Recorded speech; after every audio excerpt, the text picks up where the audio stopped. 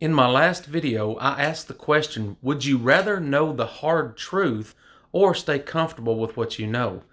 I only got 14 responses, but all 14 said they would rather know the hard truth than just stay comfortable with their lies. I know there are a lot of people who would rather stay comfortable in their lies than change to conform to the truth, but people are unwilling to admit it.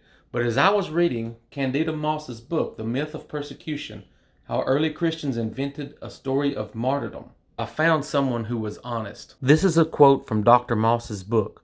Not all martyrs are fixated on their heavenly rewards. Others are more pragmatic and principled. The Roman martyr Apollonius, who probably died at the end of the 2nd century, but whose story comes from centuries later, is willing to allow for some doubt.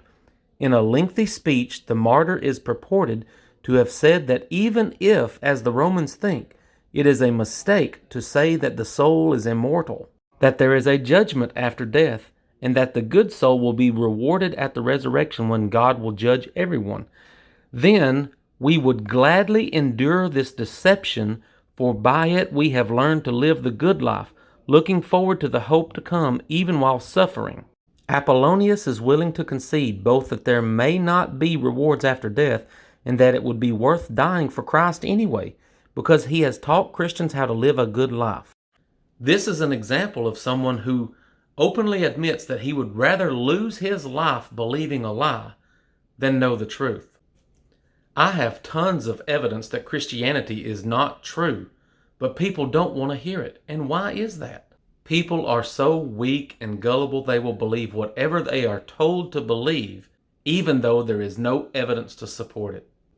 And they are too lazy to actually challenge their traditions and do the research.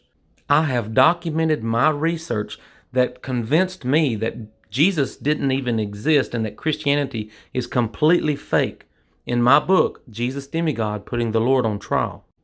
I was a Christian for 30 years, and it was difficult for me to realize that I believed lies all my life. But I would rather know the truth than believe lies, especially to devote my life to lies. I believe if you read this book, you will not be a Christian anymore. So if you don't want the truth, then don't read the book. But if you are looking for the truth, you can find it.